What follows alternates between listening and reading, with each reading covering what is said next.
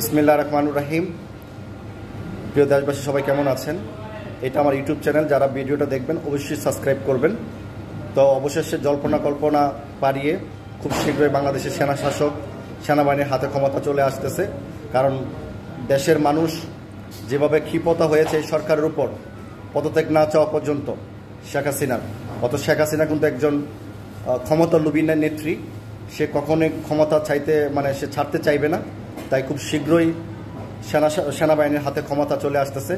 কারণ ছাত্রছাত্রীরা যেই উদ্যোগ নিয়েছে, তাদের প্রাণের বিনিময়ে তারা দেশকে নতুন করে সাজাতে চাচ্ছে, নতুন করে দেশ স্বাধীন করতে চাচ্ছে। ইতিপূর্বে আজকে অনেক ভয়াবহ ঘটনা ঘটেছে দিনের বেলা। তো অনেক মানুষ মারা গিয়েছে, বিভিন্ন দলের লোক মারা গিয়েছে। কারণ এই আন্দোলনটা সকলের পর্যায়ে চলে গেছে, এটা গণ আন্দোলন পর্যায়ে চলে গেছে। এটা কোনো উঠা আন্দোলনকারীদের আন্দোলন নয়, এখন এটা গণজোয়ার আন্দোলন হয়ে গেছে। সমস্ত দল বল নির্বিশেষে রিক্সাওয়ালা, শ্রমিকওয়ালা এবং কৃষক, গার্মেন্টস ফ্যাক্টরির ব্যক্তিদল যারা আছেন, কর্মচারীরা, সমস্ত ব্যক্তিরা এই আন্দোলনে শরিক হয়েছেন। বাবা তার সন্তানকে নিয়ে এসেছেন, মা তার সন্তানকে নিয়ে এসেছেন এই আন্দোলন সংগ্রাম করার জন্য। কেউ যদি মারা যায় তার কোনো দাবি দাবি নাই। তাহলে কতটুকু ত্যাগ স্বীকার করেছে একটি ভাই। তার মৃত্যু অবস্থায় সে বলছে, আমি যদি মারা যাই এই আন্দোলন কিন্তু তোমরা থামে না, তাহলে কিন্তু দেশ কিন্তু থেমে যাবে। এই দেখেন, সবাই ভিডিওটা শুনেন, কলেজাটা ফেটে যায় এই ধরনের কথা শুনলে। তারপরেও এই ডাইনি হাসিনা এখন পর্যন্ত সে পদত্যাগ না করে সে নিজেকে বোঝাচ্ছে যে তার মতো খারাপ, তার মতো ফেরাউন নমরুদ এই পৃথিবীতে আর দ্বিতীয় এক নমরুদ মারা গেছে, দ্বিতীয় নমরুদ হিসাবে সে নিজেকে স্বীকৃতি দিচ্ছে আর কি। এটা আপনারা ভিডিওটা সবাই দেখেন।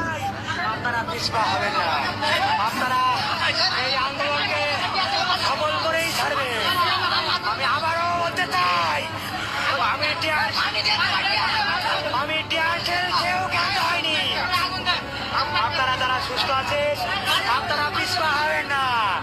আপনারা এই আন্দোলনকে সফল করুন। পাশাপাশি আমি সমগ্র বাংলাদেশের সকল আপামার জনতাকে অনুরোধ করবো, আপনারা এখনো যারা আপনাদের সন্তানদেরকে ঘরে আটকে রেখেছে, আপনারা দয়া করে তাদেরকে ছেড়ে দিন। এই আন্দোলনে অংশগ্রহণ করতে দিন। মনে রাখবেন, আমরা যদি এই আন্দোলনে ব্যর্থ হই, আগামীর বাংলাদেশ ব্যর্থ হবে। এখন আপনারা শুনতে পাচ্ছেন যে আমরা যদি হেরে যাই, আমরা যদি আন্দোলন ব্যর্থ হই, তাহলে আগামী আন্দোলন পুরো দেশ ব্যর্থ হয়ে যাবে। অনেক ছাত্রছাত্রীকে গ্রেফতার করা হয়েছে, তাদের মুক্তি দাবি জানিয়েছে এবং সে বলছে যে আমি যদি মারাও যাই, আপনারা কিন্তু আন্দোলন থামাবেন না, আন্দোলন চালিয়ে যাবেন। তো আমি প্রধানমন্ত্রী শেখ হাসিনাকে বলতে চাই, কুঠার জন্য জীবন নিলেন, আবার কুঠা ফিরিয়ে দিলেন। সেই কুঠা আপনি নিয়ে নেন, ছাত্রদের জীবন ফিরিয়ে দেন। যদি হেডমটাকে ফিরিয়ে দেন, এখন পর্যন্ত আপনার লজ্জা শরম কিছু হয় না। শত শত মানুষ মারা যাচ্ছে, আপনার দলের লোক মারা যাচ্ছে। আমার কাছে মৃত্যুটা হচ্ছে সবচেয়ে গুরুত্বপূর্ণ, সেটা যে কোনো দলেরই হোক। আমি মৃত্যু কামনা করি না, কারণ প্রত্যেকটা মা বাবার কাছে সে যত খারাপই হোক, ছাত্রলীগ যত খারাপই হোক, তার মা বাবার কাছে হয়তো সে একটু আদর যত্ন হইতে পারে, কিন্তু কোনো মা বাবাই চায় না তার খারাপ সন্তানগুলো অন্তত কেউ গুলি খেয়ে মরে যাক বা অন্য কেউ তাকে হত্যা করুক, এটা কেউই চায় না। তো আমি চাই, প্রধানমন্ত্রী শেখ হাসিনা, আপনাকে বলছি, আপনি এখনও জনগণের কথা চিন্তা করে দ্রুত পদত্যাগ করুন। পদত্যাগ একটা সম্মানজনক স্থান, আপনি আবার ইচ্ছা করলে ঘুরিয়ে দাঁড়াতে পারবেন, সুযোগ আছে। আর যদি পদচ্যুত হন, আপনাকে জনগণ যদি পদচ্যুত করা হয়, তাহলে কিন্তু আপনি ধ্বংসের লীলা কিন্তু শুরু হয়ে যাবে। এটা কিন্তু কেউ থামাতে পারবে না। কারণ বাংলাদেশের বাংলাদেশের যে জনগণগুলো যেভাবে ক্ষিপ্ত হয়েছে, যেভাবে অ্যাকশন নিচ্ছে, তো বাংলাদেশের কি হবে জানি না, কিন্তু আপনাদের অনেক বড় ক্ষতি হবে, রাষ্ট্রের ক্ষতি হবে, সরকারের ক্ষতি হবে, সরকার দলের লোকদের ক্ষতি হবে। আজকে যে প্রশাসনের মাধ্যমে যেসব লোক গুলি খেয়ে মারা যাচ্ছে, এটা অত্যন্ত দুঃখজনক এবং আফসোসজনক যে আমাদের সরকার নিজের স্বার্থ ছাড়া জনগণের স্বার্থ তারা দেখে নাই। তো প্রিয় বন্ধুগণ, যারা বর্তমানে আপডেট আছেন, বিভিন্ন ভিডিওগুলো দেখছেন, অবশ্যই আপনারা কমেন্ট শেয়ার করবেন। এখন আপনারা যেভাবে ঐক্যবদ্ধ হয়েছেন, ইনশাল্লাহ খুব তাড়াতাড়ি বাংলাদেশে একটি পরিবর্তন আসতেছে। আপনার 100% শিওর ধরে রাখেন। আর সেনাবাহিনী আপনাদের পক্ষে ছিল, আছে, ভবিষ্যতেও থাকবে। খুব শীঘ্রই সেনাবাহিনী এত ক্ষমতা আসতেছে। আপনারা সবাই ঐক্যবদ্ধ থাকুন, ঘরে বসার সময় নেই।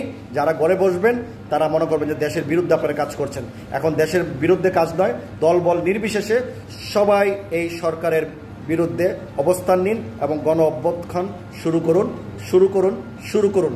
তা না হলে কেউ বাঁচতে পারবেন না। এই সরকার নিজের দেশের প্রতি ভালোবাসা নেই, সম্মান নাই। তারা ভারতের লোক দিয়ে এই দেশের জনগণকে হত্যাকাণ্ড ঘটিয়ে যাচ্ছে। ভারতের লোকদেরকে চাকরি দিয়ে বাংলাদেশের কোটি কোটি যুব সমাজকে তাদের জীবন ধ্বংস করে দিচ্ছে, তাদের লাইফ ধ্বংস করে দিচ্ছে। অতএব এই নারী কখনোই বাংলাদেশের সৌভাগ্যবতী হতে পারে না। যে যেখানে আছেন সবাই ঐক্যবদ্ধ হন, ঘরের বাইরে চলে আসুন, আপনাদের জয় হবে নিশ্চিত। এবং দেশবাসীর প্রবাসী যারা আছে তারা দেশের পক্ষে যে শ্রম দিচ্ছে, রেমিটেন্স বন্ধ করে, সেটা অত্যন্ত যুক্তিযুক্ত এবং খুব শীঘ্রই বাংলাদেশ স্বাধীন হচ্ছে, এই বিষয়টা আপনারা খেয়াল করবেন। এবং আন্তর্জাতিক মহল থেকে খুব শীঘ্রই সরকারের উপর চাপ এসেছে এবং আসবে। জানি না যদি সে পদচ্যুত হয় তাহলে হয়তো জনগণের হাতে অনেক বড় ধরনের ক্ষতি হবে। আর যদি পদত্যাগ করে তাহলে হয়তো কিছুটা উনি ঘুরিয়ে আসতে পারেন। আন্তর্জাতিক চাপ তো আছেই। আর যদি সেনাবাহিনী যদি জনগণের সাথে বেইমানি করে, জাতিসংঘ মিশন হারাবে, আন্তর্জাতিক নিষেধাজ্ঞা খাবে। তা আশা করি সেনাবাহিনী অন্তত এই ভুলগুলো করবে না, কারণ প্রত্যেকটা মানুষের স্বপ্ন হচ্ছে জাতিসংঘ মিশন পাওয়া। তো আমি চাই সবাই দেশ এবং দেশের জন্য কাজ করবেন। সংবিধান অনুযায়ী সরকারের কথা মতো কোনো জনগণের উপর গুলি করার এখতিয়ার নাই। ধন্যবাদ সবাইকে, ভালো থাকবেন। আসসালামু আলাইকুম।